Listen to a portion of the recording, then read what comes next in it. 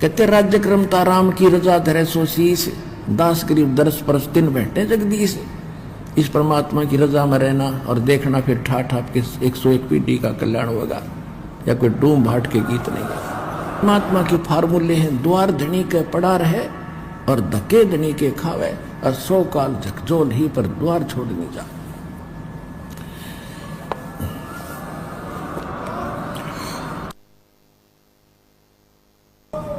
तो इन फार्मूलों को अपनाना पड़ेगा आपने। फिर क्या बताते हैं, धीरे धीरे रे मना, धीरे सब कुछ हो, माली सींचे 100 घड़ा, भाई ऋतु आए फल हो। एक ये फार्मूला है कि धीरे धीरे रे मना, धीरे सब कुछ हो, माली सींचे सैकड़ों घड़े पानी के, और समय आए फल हो।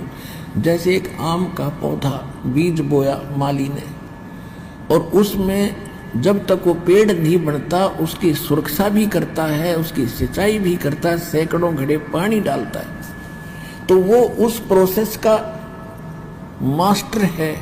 उसको अविश्वास नहीं होता, उसको पक्का दृढ़ विश्वास है कि इससे यूं आम पेड़ बनेगा, और जब ये पेड़ बन गया तो इतने फल देगा, लदपद हो जाएगा।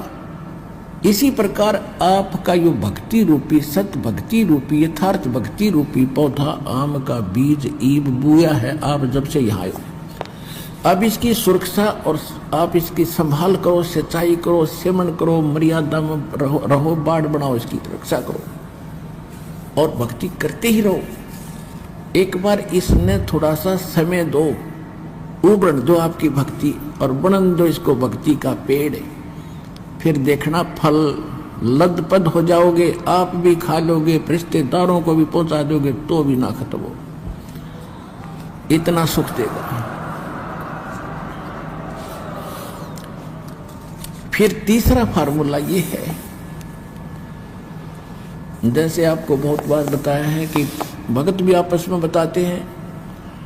एक बहन आया करती थी, सन 2005 से उसने नाम ले रखा था, संतान नहीं थी, और लगभग 15 वर्ष शादी में भी हो गए थे, लेकिन उसको ज्ञान गुण से कति समझ में आ गया था इस बात का कि अगर होगा तो कदे सुनाई यही होगी, ना हो नहीं संसार में।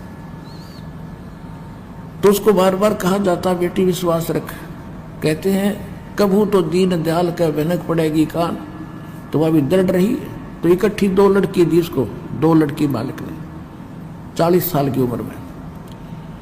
अब 1.5 साल के बाद अब फिर इकट्ठे 2 लड़के और हो रहे हैं उसके, वह कभी इंटरव्यू फिर देगी, आई हुई थी लेकर के। अब 2 लड़के फिर दे दिए। मगर बेटी हाथ जुड़वा देगा तेरे संतान की, तने बस करना पड़ेगा।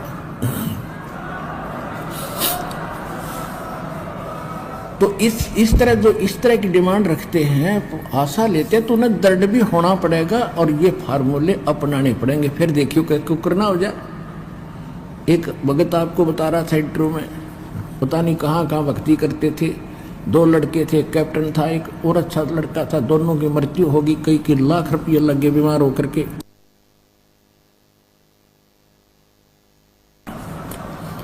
और 50 वर्ष की उम्र होगी थी, 50 से भी ऊपर उम्र होली थी उस माई की बेटी की।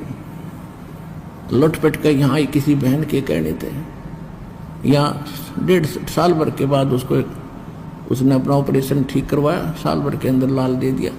तो जब आदमी सारा लुटपट लेगा ना, जब यहाँ दृढ़ होगा, और फिर देखना खेल दाता है।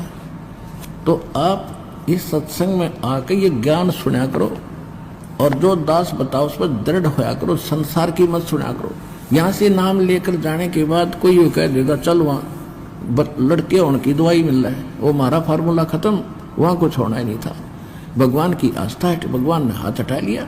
तो इस प्रकार चाहे कुछ भी हो, यहाँ आने के बाद आप सपने में भी किसी की आस्था मत करना, परमात्मा कबीर जी के अतिरिक्त। और फिर देखना, एक कैसा दे सब सदे, सब साधे सब जाए, माली सींचे मूल को फिर फले फूले अगाए।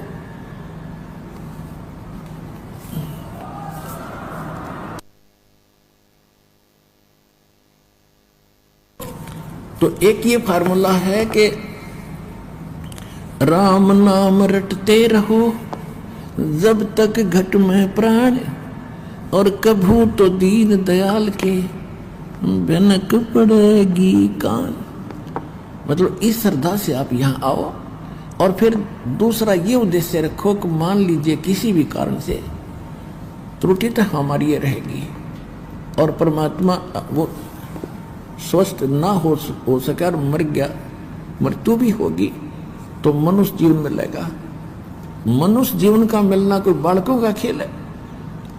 ये तो असंख्य जन्म हो गए, मृत्यु असंख्य जन्म, और ये तो होगी आज ना तो कल होगी। जैसे आज कोई मृत्यु को प्राप्त हो रहा है 50 साल की उम्र में, अब उसको बड़ा बुरा लग रहा है, क्योंकि क्या सोच रहा है कि और 10 वर्ष जी जाता, और जो शेष बचे हैं वो कौन से सदा रहेंगे, 10 साल बाद से उनकी टिकट कट लेगी, यहाँ कोई रह नहीं सकता। कबीर साहब क्या कहते हैं,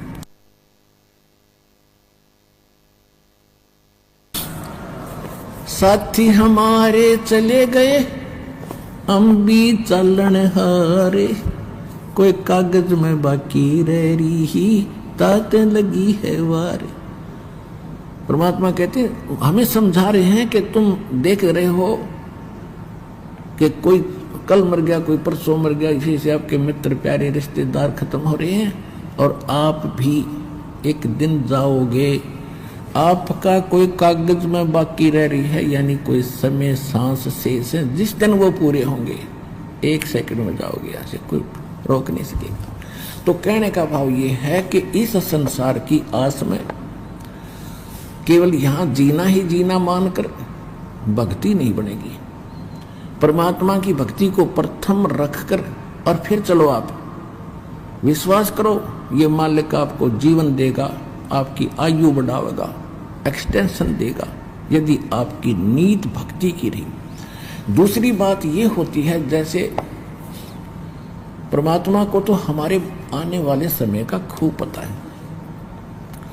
जैसे कोई भक्त की मृत्यु होगी, सतनाम प्राप्त करके सारनाम प्राप्त नहीं हुआ, अब कोई उसके मन में, क्योंकि जो भक्त है उनको तो दृढ़ता रहती है, समाज के लोग वहाँ आते हैं, पता नहीं क्या क्या उसको कहते हैं, तुम तो ये कहा करते, तुम तो ये कहा करते, और अच्छा भगत था, पूरी श्रद्धा थी, इसकी एक्सटेंशन क्यों ना करी तुम्हारे भगवान ने।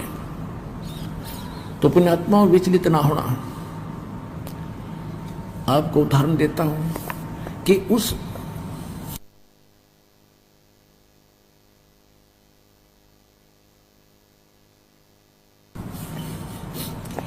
भगत के कुछ आगे चल के ऐसे कुसंस्कार होते हैं कि सार नाम प्राप्त करके भी उसमें कोई दिक्कत आ जानी थी, और उसमें फिर ये नहीं सफल हो सका था, तो इसलिए उसका उसी समय परमात्मा ने अपनी कृपा से ही उसका अंत करके दोबारा जीवन देते हैं, और फिर नए सिरे से उसको पार करते हैं।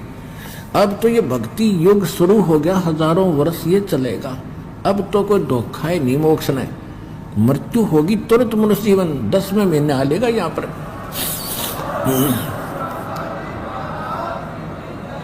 10वें महीने वो आत्मा यहाँ आ लेगी किसी बहन बेटी के गोदी में, माई के गोदी में, और गर्भ से भक्ति शुरू हो जाएगी उसकी। दास के पास उदाहरण है, ऐसे ऐसे भक्त, क्योंकि दास ने 20 वर्ष हो गए लगभग इस उपदेश देने की आदेश प्राप्त हुआ, उस समय से देख रहा है कि कुछ ऐसे भक्त सारनाम प्राप्त करके भी बिगड़ गए और छोड़ गए यहाँ से, और नकलियां गज्जा फंसे, तो वो कुमार्ग था। तो इससे पहले अगर वो पहले मर जाते वो अच्छा था, इस नाशकरण तो भक्ति का।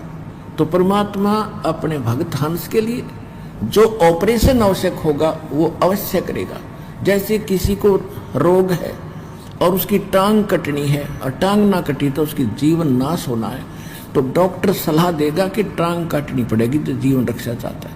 तो बुद्धिमान होगा तो यूं कहेगा जी जीवन रक्षा कर दो, टांग भी से कट जाए। तो इसी प्रकार परमात्मा के ऑपरेशन में आपको ऑब्जेक्शन नहीं होना चाहिए, जो परमात्मा करता सही करता। ये विश्वास रखे कि मालिक गलत नहीं कर सकता जब इसकी शरण में आ गए।